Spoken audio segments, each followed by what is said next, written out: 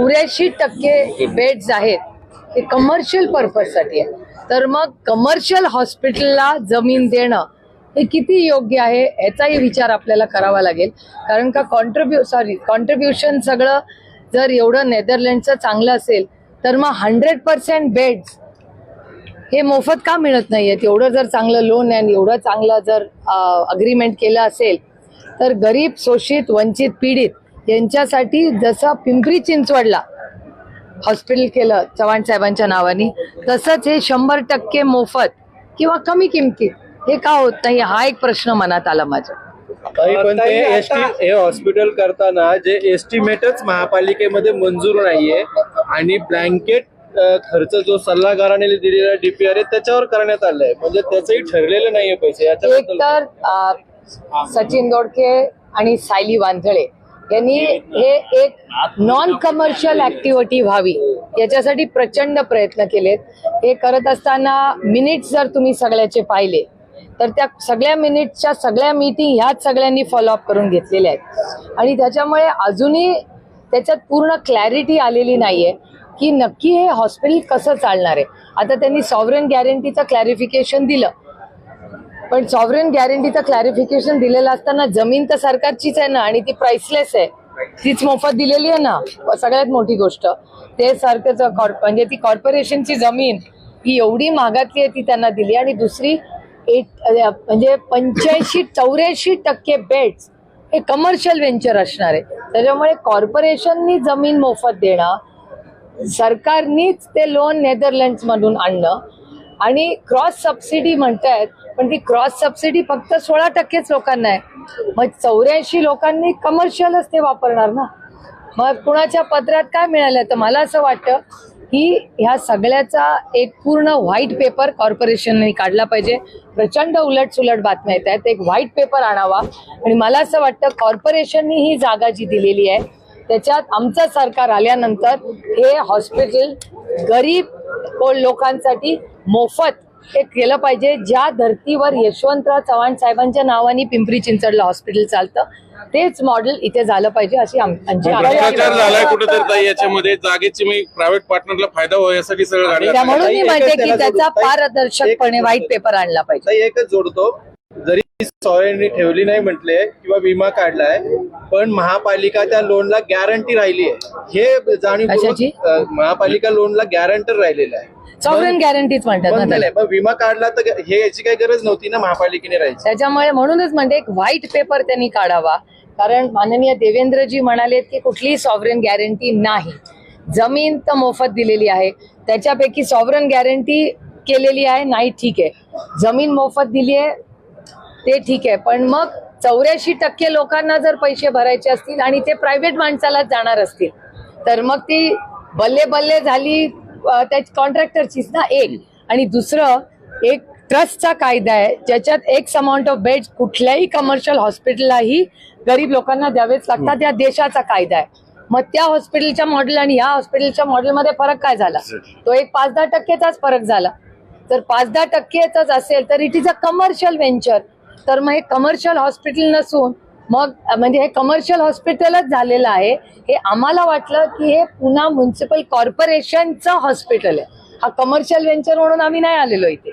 काही पोस्टरवरून आता जे काम केलं त्याचं सगळं श्रेय नगरसेवकांचं आणि निवडून आणण्यासाठी 2 दादाच लागतात. तर मग हे काय आता ह्याचं उत्तर ते तुम्हाला त्यांनाच विचारावं लागेल कारण ते भाषण माझं नव्हतं, ज्यांनी केलं त्यांना विचारायला लागेल. त्यांनी पहिल्यांदा तुम्हाला थेट टीका केली तुमच्या समोरच, तुम्ही काहीच नाही मी सगळं इथं बघतो वगैरे. बरोबर आहे त्यांना. पुणे जिल्ह्यामध्ये पक्षाची जबाबदारी त्यांच्याचकडे होती त्याच्यामुळे त्यांनी केलं. म्हणजे राष्ट्रवादी काँग्रेस पक्षामध्ये हीच तर आदरणीय पवार साहेबांची खासियत आहे. पवार साहेबांनी खूप यंग टीम निर्माण केली आणि सत्तेचं विकेंद्रीकरण.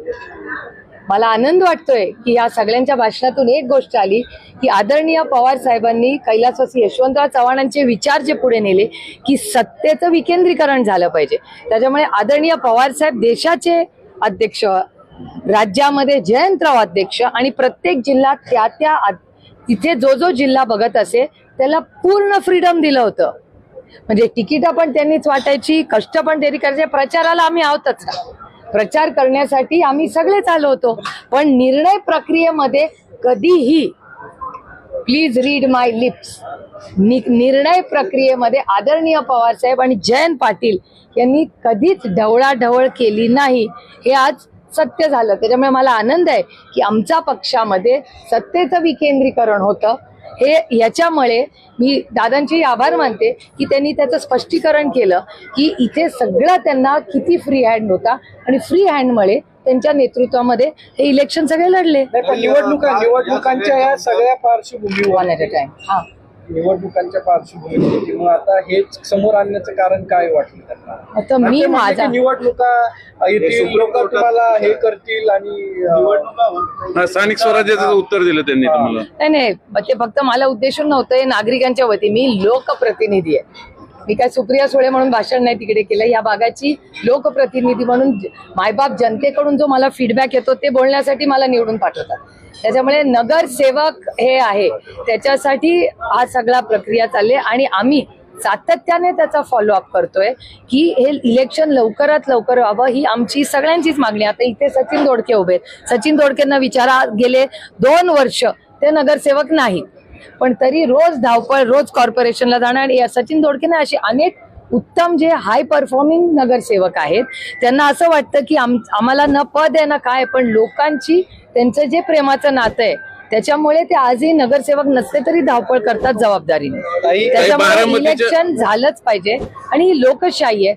त्याच्यात कोर्टात जरी असलं तरी मग महाराष्ट्र सरकारने आणखीन ताकदीने ते लढावं आणि टाइम बाउंड मॅनर मध्ये सरकारला आपल्या कोर्टाला विनंती करावी की हा निर्णय घ्यावा. तुम्ही दिसलं की दादांचा हल्ली त्रागा होतो. एक मिनिट त्याच्यानंतर एक मिनिट यांचं झाल्यावर त्यांचा घेऊ.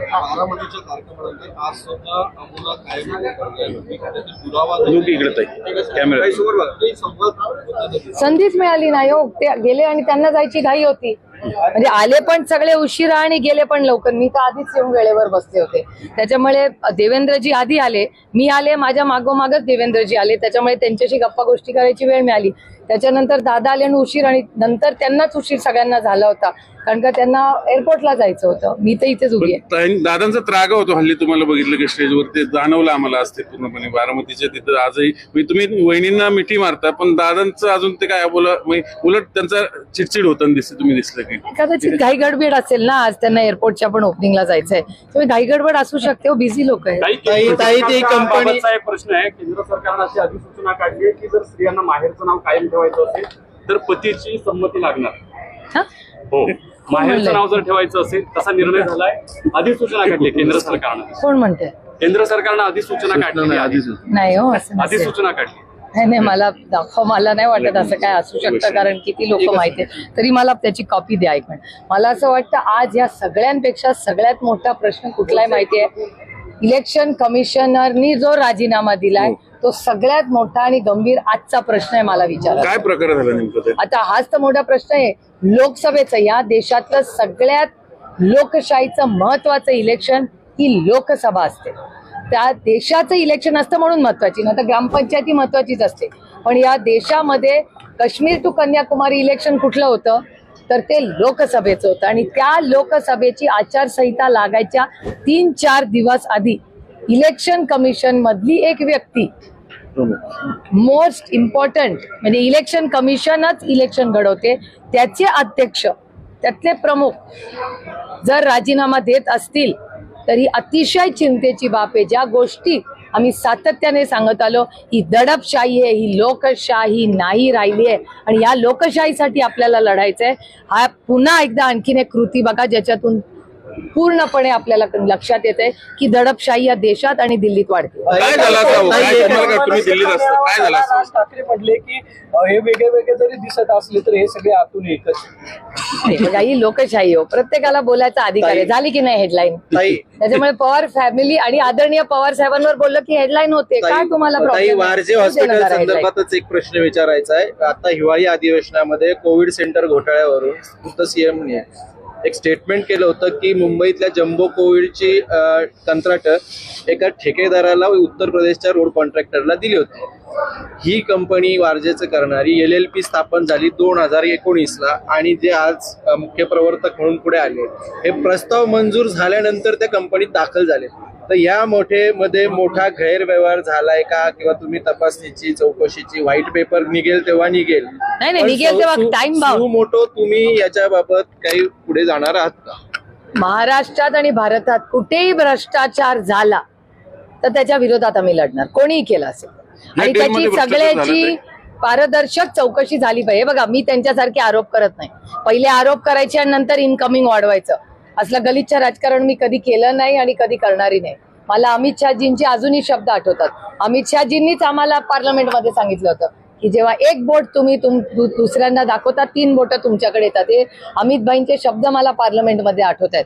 त्याच्यामुळे आता असंच होतं, एकतर आमच्यावर आता ते आरोप करत नाहीत भ्रष्टाचाराचे, आणि जेव्हा जेव्हा भ्रष्टाचाराचे आज आरोप होतात तर भारतीय जनता पक्षाने ज्यांच्यावर आरोप केले ते सगळे आज भारतीय जनता पक्षात आत आहेत किंवा त्यांच्या मित्र पक्षात आहेत. त्याच्यामुळे भ्रष्टाचार झाला नाही झाला, वॉशिंग मशीन, याचं उत्तर फक्त भ्रष्ट जुमला पार्टी भारतीय जनता पक्षाने द्यावं.